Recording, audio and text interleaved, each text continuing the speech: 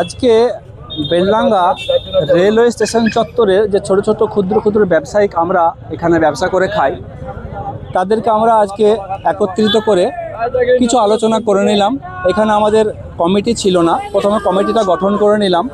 Committee গঠন করে নিয়ে আগামীকালকের যে কর্মসূচি আমরা তৈরি করলাম সেটা হচ্ছে রেল স্টেশন মাস্টারকে একটা ডেপুটেশন আমরা দেবো এবং আমাদের যে বিষয় বক্তব্য বা আমাদের যেটা জানানোর বিষয় আবেদন নিবেদন সেটা তেনাকে জানাবো এবং তিনার মাধ্যমে আমরা ডিআরএমকে এই মেসেজটা দিতে চাই। হয়তো আমাদের পক্ষে দেওয়া সম্ভব হবে না, তাই তিনার মাধ্যম নিয়ে আমাদের বক্তব্যটাকে ডিআরএম অফিসে পৌঁছাতে চাই, এটাই বিষয়। দাবি দেওয়া আমাদের দোকানে দীর্ঘদিন ধরে প্রায় 40-45 বছর ধরে এখানে আমরা করে খাচ্ছি, আমাদের সংসার রুটি রুজি চলছে। হঠাৎ করে এখন উচ্ছেদ যে নোটিশ আমাদের কাছে এসছে, এটা অত্যন্ত হতভম্বের কারণ। আমরা ভাবতেই পারিনি হঠাৎ করে আমাদের উপর এত বড় ঝড় আসবে।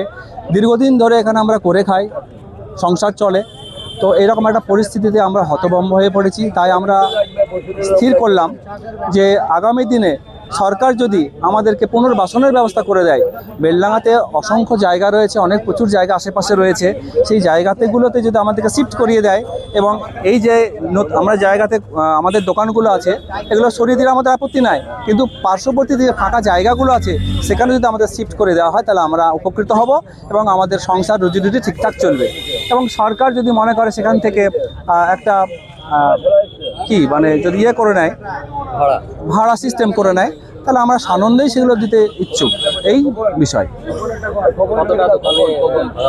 মোটামুটি এখানে প্রায় 80টা, 80টা এদিকে আছে, স্টেশনের উপরে ওদিক মিলে মোটামুটি 90-95টা দোকান হবে।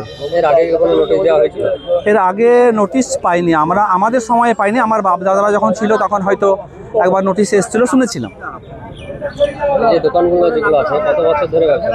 প্রায় 40-45 বছর তো হবেই, হ্যাঁ, কারণ আমার বাপদাদারা এখানে দোকান চালিয়েছে, এখন আমরা চালাচ্ছি, 40-45 বছর তো হবেই। হ্যাঁ, আমার নাম মোহাম্মদ আরিফুল শেখ। বলেন, এই কমিটির যে নতুন কমিটি হলো তার সম্পাদক।